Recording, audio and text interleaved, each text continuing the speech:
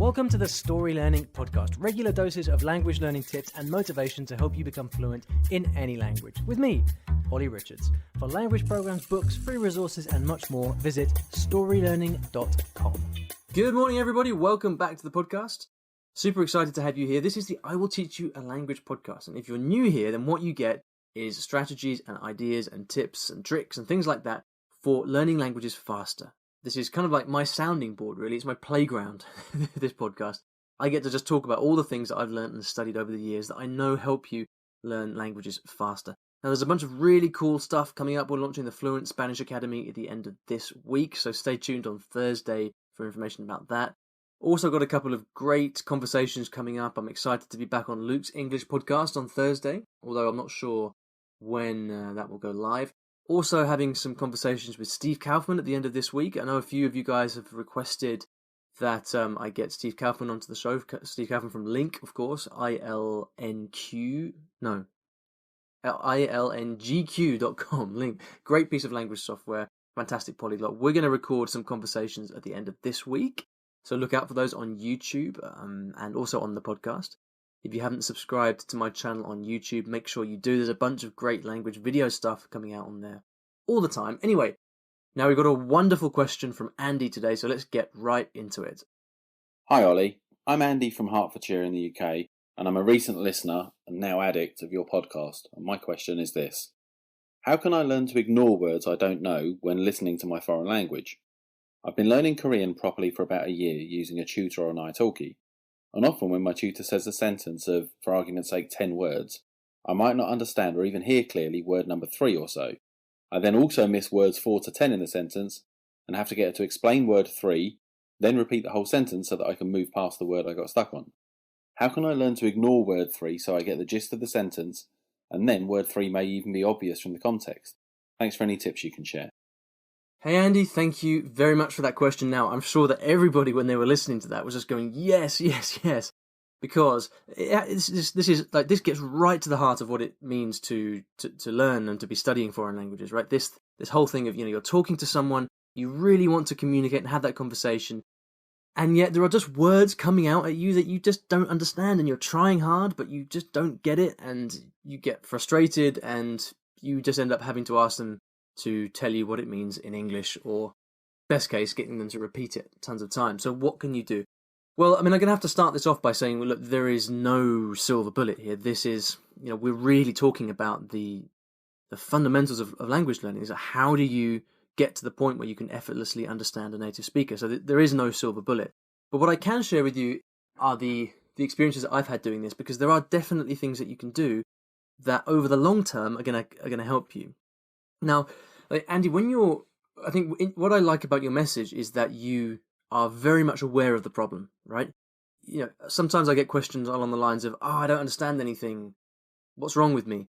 But you're clearly smart and you're thinking about this issue, and you realize that in a sentence of 10 words, if you don't understand word number 3, it's not a big deal, right? And the fact that, but what's happening at the moment is that you're listening, and then because you don't understand word number 3, that's kind of getting to you, and then you kind of switch off and don't understand the rest of it.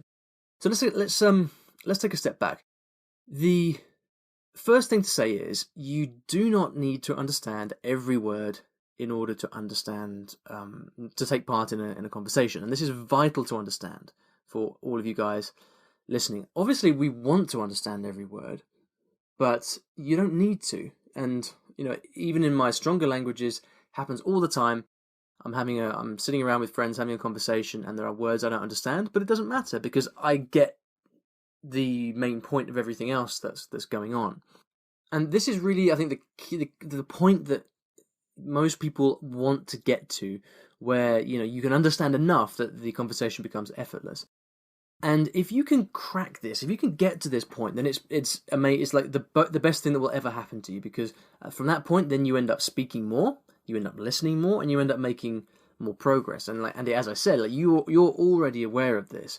So I think for you, it could be a fairly small tweak in the way that you're approaching speaking that could have quite a big difference. Now, in terms of how to do this and practical ways of tackling this problem, it does very much depend on the language, I think. because you've got, if you think about this, we're talking sequentially, right?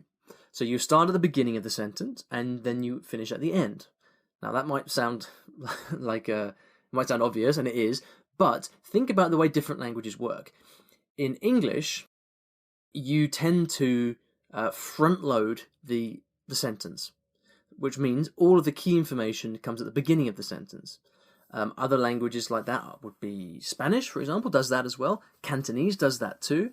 But Korean, I believe, and I don't speak Korean, but I believe it's very, very similar to Japanese in terms of sentence structure. And so, assuming that I'm right, which I might not be, but I think I am, then if Korean is like Japanese, then a lot of the key information comes at the end of the sentence. And this is really important to understand. So, to give you an example, if you were going to say, like, if you imagine you went out the other day and you went to a place that you really didn't like it, and in English you might say, I hate that place where we went the other day. So the important information there is, I hate that place. Okay, then you've got a subordinate clause at the end, which is where we went the other day. But that's not so important because you can probably get that from the context. The important thing here is the key information comes at the beginning of the sentence. Now, Romance languages are going to do pretty much the same thing. So you're going to say, odio el lugar donde fuimos el otro día. So we got odio el lugar, which is I hate the place. And then, so that's kind of the same as the English. If we take a language like Cantonese, it's a little bit more tricky. So in Cantonese, we'd say something like 我憎嗰日去咗嘅地方, which is, so we've got the verb at the beginning, 我憎, I hate, but then the word place actually comes at the end of the sentence. 嗰日去咗嘅地方.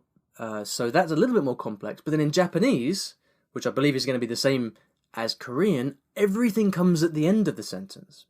All right, so instead of saying, so in Japanese we'd say something like この間行ったところ嫌いです, which is like saying, for example, the other day, the place where we went, I hate. Okay.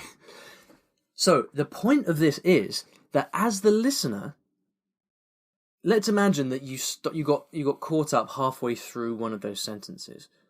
You would, if it was the English sentence or the Spanish sentence where everything is, all the key information is at the beginning of the sentence, even if you got stuck halfway through, you're still going to be okay because you're going to understand the main points.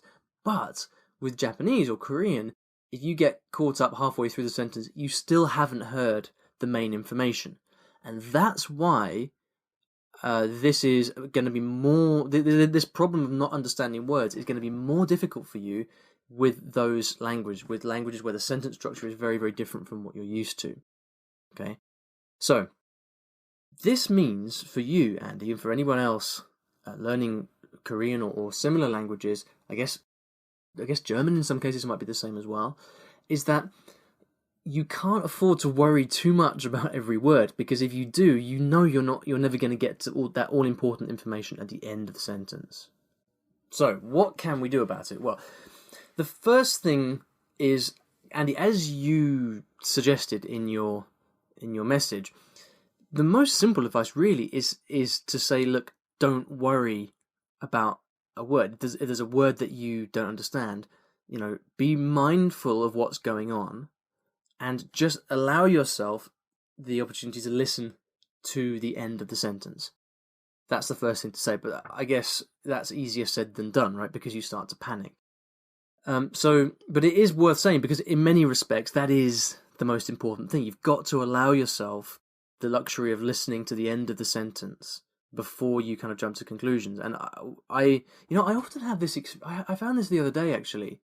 Do you ever have this when someone says something to you in another language, and your kind of instinctive reaction is to say what, or sorry, or can you say that again? And then they say it again, and you realise actually you had understood it the first time. You just weren't really present enough to take the time to just kind of stop and think about what's just been said. This happens to me all the time.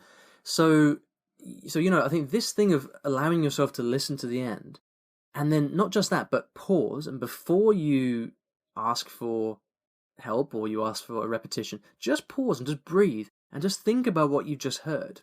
And often, or at least sometimes, something's gonna click, and it will help you to kind of piece together what's going on. And, it won't help you with the word that you don't know, but like with all the context together, suddenly you might find that you know what's going on. So this thing of being mindful of your situation, not kind of defaulting to these knee-jerk reactions of, oh, I didn't understand that word, say it again, or help, tell me in English. Like, just breathing, letting yourself listen, that can actually be a huge help. And in many respects, this is actually a psychological thing, right? We don't want to be shown up. We don't want the other person to think we don't understand, right? So it's about being calm, about having your thoughts together. A couple more practical things for you. First of all, this is not going to be an instant fix. And so what you need to do at the same time is make sure you're always working actively on growing your vocabulary. Okay? Because if you don't know a word, then the ultimate solution is to learn that word, right? So you have to be actively growing your vocabulary so that over time you do start to understand more of what's going on.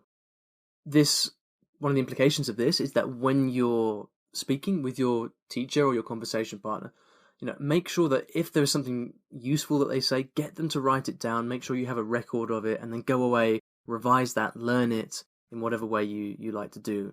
This is something I do a lot with in my conversations. If my tutor says something I really like, I really find useful, I get them to write it down, or I write it down myself, and then I put that later on flashcards, so I've got a record of that stuff all in one place. So you've got to keep actively working on your vocab. The other thing is a concept that I took from my teaching days, and it's this. What happens in classrooms, in language classrooms, is that students get very hung up on getting everything right. Kind of similar, I guess, to what you're talking about, Andy, in terms of wanting to understand every word. But it's a very common thing for a student to want to get everything correct, to be speaking perfectly, with perfect grammar, good accent, all that stuff. The problem with this is it's very difficult to switch off this desire. Very difficult to switch off this perfectionism thing, because we're in a language classroom, right? We kind of bring this baggage with us of, okay, we have to be studying, we need to learn the correct way, we shouldn't make mistakes.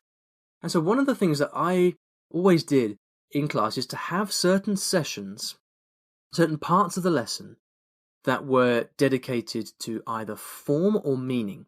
Now, for those of you who aren't linguists or language teachers, the difference here is form is what we talk about, is the word that we use to describe anything like, for example, the spelling, the grammar, the pronunciation, any kind of technical aspect of how the language should be. That's form, okay? Meaning is, what am I trying to say? What am I trying to communicate? What's the idea here? We're not concerned about the grammar or the pronunciation. We're concerned about the idea that I'm trying to get across, the conversation I'm trying to have. And this distinction between meaning and form is very, very important, because learners always will spend their time worrying about form. But as a teacher, one of the things that we really need to do is to get them thinking just as much about meaning, because ultimately that's the most important thing, right?